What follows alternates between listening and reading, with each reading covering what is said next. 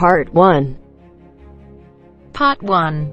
First, you have some time to look at questions 1 to 4. Listen carefully and answer questions 1 to 4. Hello, I am a new student here. Hello, what can I do for you?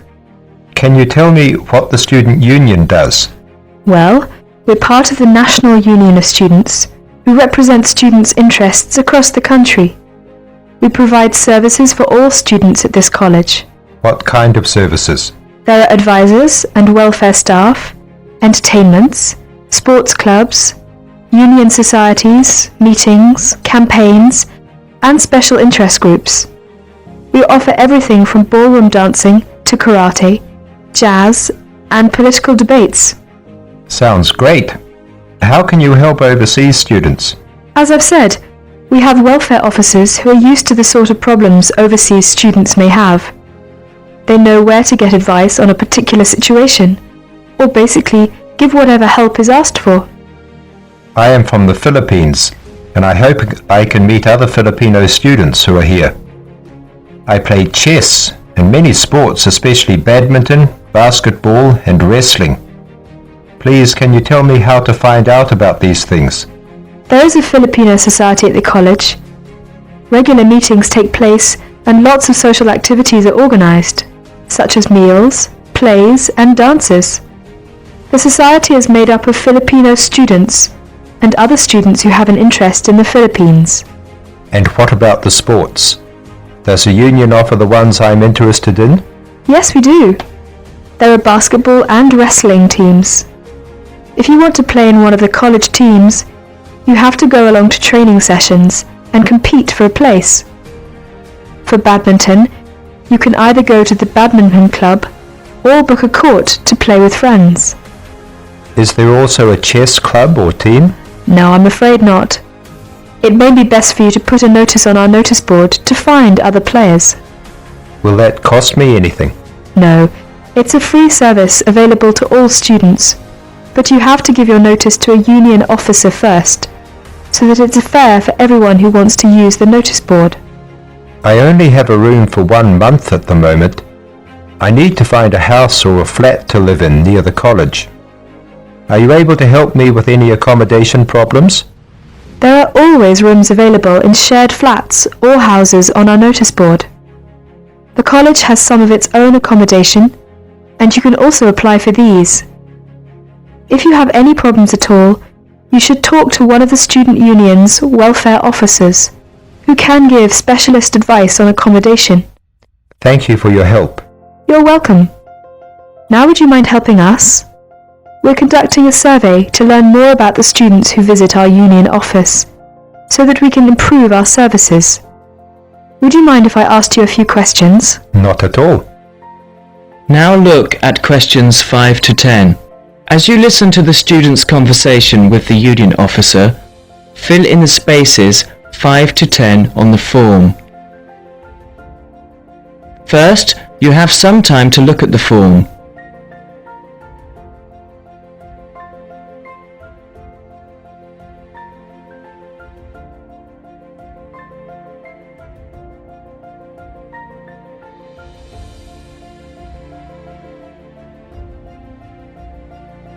Now listen carefully and fill in gaps 5 to 10.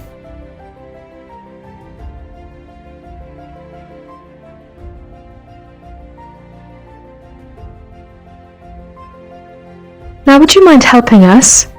We're conducting a survey to learn more about the students who visit our union office, so that we can improve our services. Would you mind if I asked you a few questions? Not at all. First of all, what is your name? My name is Cesar Bautisto. How do you spell your last name? Bautisto. Thank you. And what are you studying? Development Economics. I see. And how long is the course for? 1 year. It's a postgraduate diploma. What would you like to do at the end of it? Have you made your mind up yet? Yes, I'd like to be a United Nations project advisor. Oh, would you? That sounds interesting. Tell me though, Why have you chosen this university? It's got a good reputation in the field of economics. And you say you come from the Philippines? Yes, that's right. And which city do you come from? Manila. Oh, that's the city I've always wanted to go to. What do you do in your spare time? I go to play games. I love sports. Ah, yes, you mentioned that. Basketball, badminton, and wrestling, wasn't it? Yes, that's right. Okay, that's it. I'll add your name to our mailing list. We appreciate your help with this survey. If you have any suggestions, be sure to give us a call or drop by at any time. All right, I will. Thank you. Bye. Bye.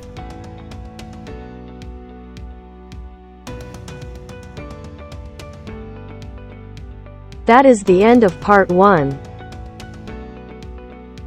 You now have half a minute to check your answers.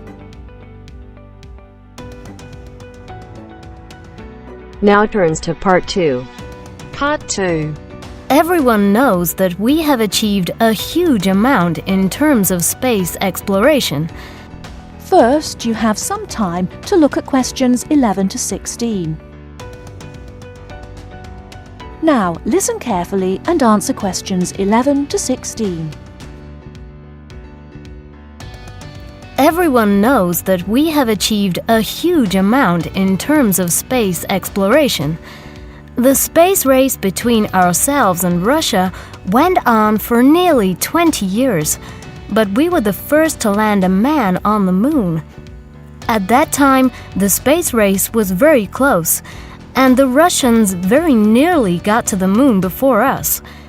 For me, the most exciting invention, and the invention that really showed we were ahead in the space race, was the reusable space shuttle. It was first successful in 1981 and has since been used on many missions. The reusable shuttle can carry astronauts on space missions and can serve as a laboratory in which to conduct experiments. It can be used to transport equipment to space stations or to collect or repair satellites. The shuttle carries between 5 and 7 crew members. When a mission is complete, the shuttle fires thrusters, which propel it back into the Earth's atmosphere. It then glides down to make its landing. Before you hear the rest of the talk, you have some time to look at questions 17 to 20.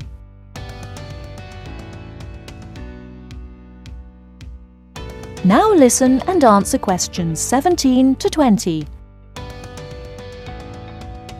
Although the remains of very early ovens have been found in many parts of the world, it was here that they were first used frequently in people's homes.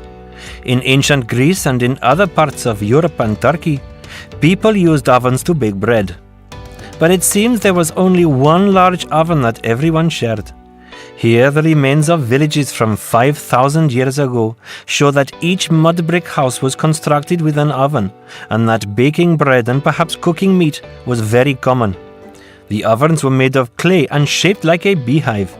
Inside they had shelves, so that a number of loaves could be cooked together, and an opening at the bottom from which ash could be removed.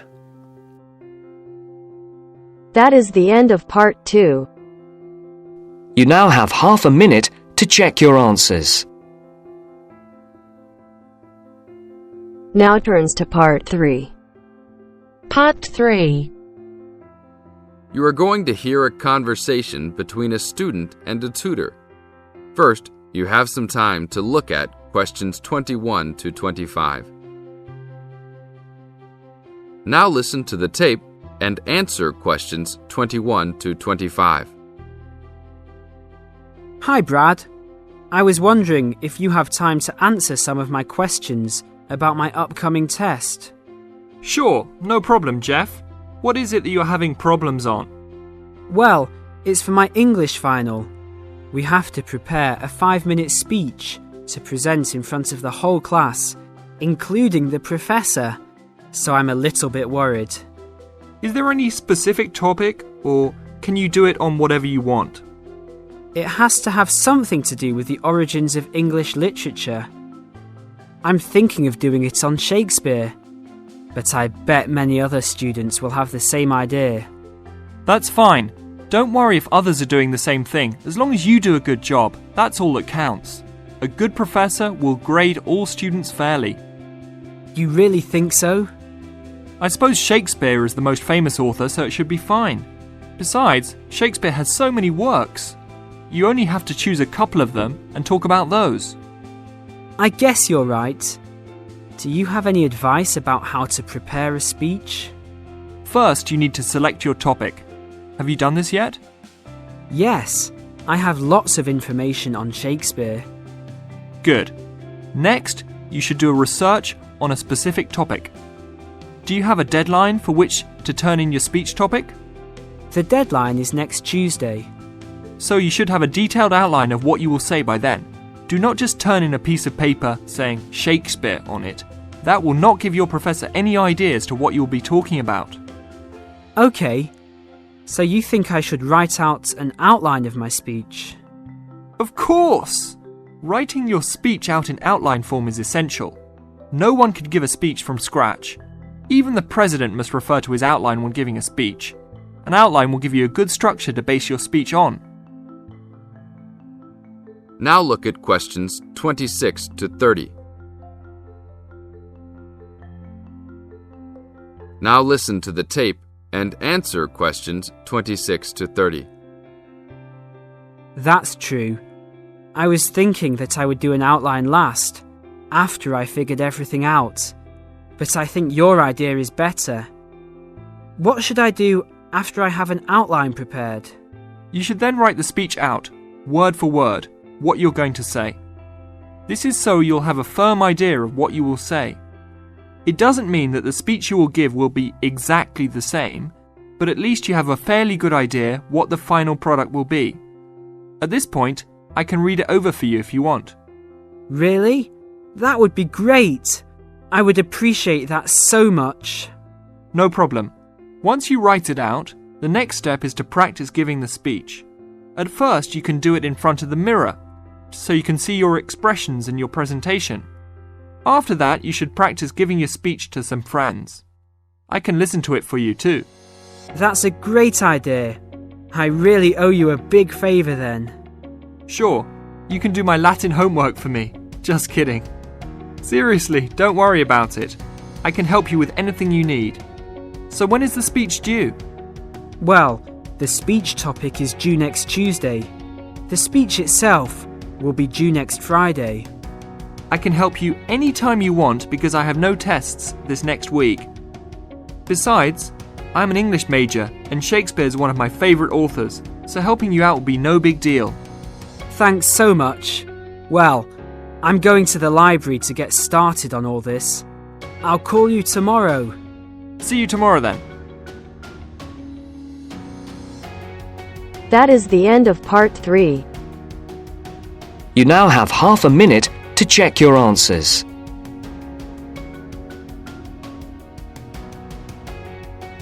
Now turns to part 4. Part 4. You will hear a historian giving a presentation about techniques to identify the origin of handwritten books from the Middle Ages. First, you have some time to look at questions 31 to 40.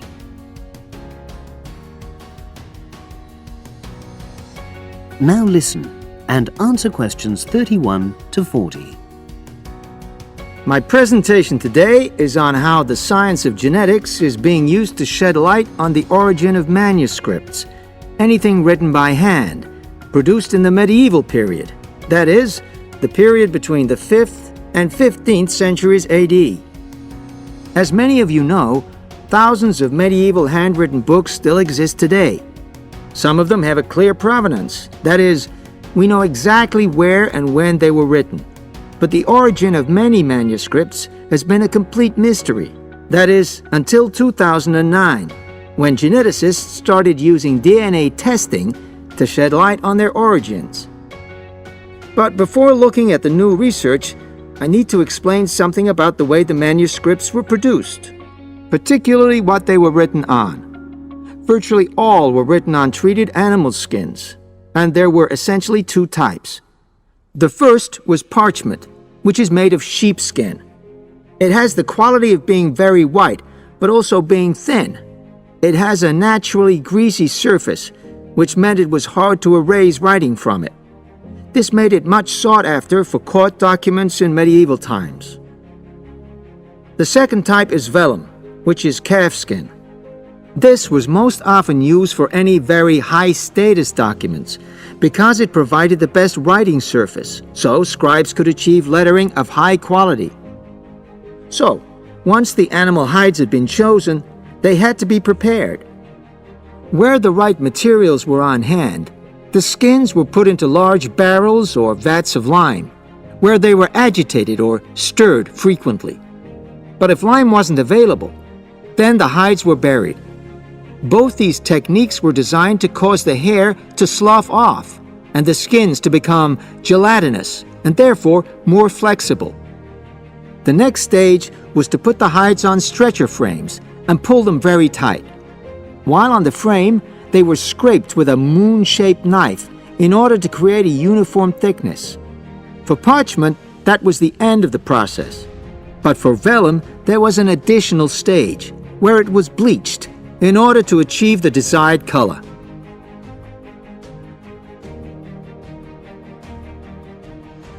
So, what does all this preparation mean for the quest to identify the origins of mystery manuscripts?